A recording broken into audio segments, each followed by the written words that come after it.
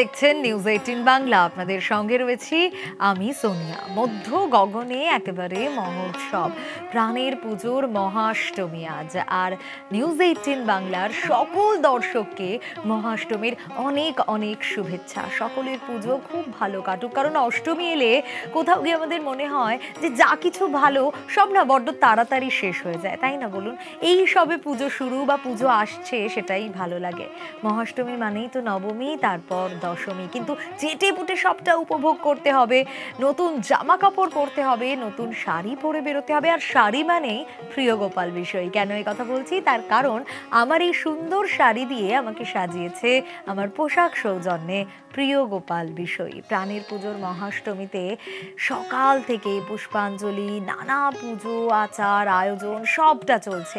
বিভিন্ন প্রান্তের দিকে আমরা নজর রাখছি, তার কারণ আমরা বলেছি যারা বাড়ির বাইরে বেরোতে পারছেন না তাদের জন্যে আমরা সব সময় আছি, কারণ বাড়িতে বসেই হবে দুর্গা দর্শন।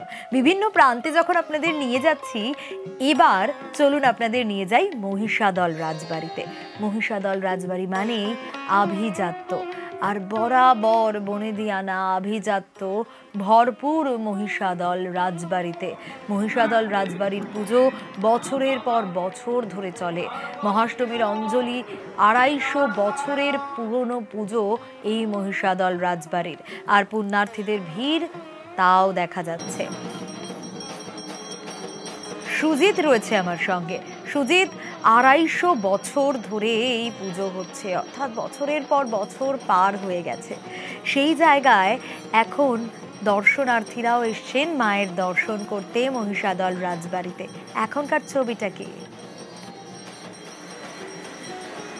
দেখো, আজ যখন মহাষ্টমী, তখন কিন্তু আজকের দিনটা তুমি সবটাই বলেই দিলে যে একবারে সরগরম দুর্গা দালান, এবং সেখানেই কি না আজকে রয়েছে।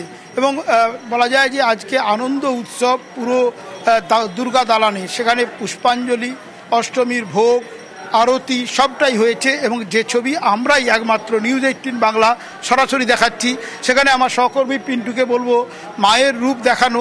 একই সঙ্গে পিন্টুকে বলবো দালানের ভেতরে যদি এই ছবি হয়, বাইরের ছবিটা তুমি কিন্তু দেখলে অবাক হয়ে যাবে যে কাতারে কাতারে মানুষ, শুধু মানুষের ভিড় একেবারে দেখা যাচ্ছে।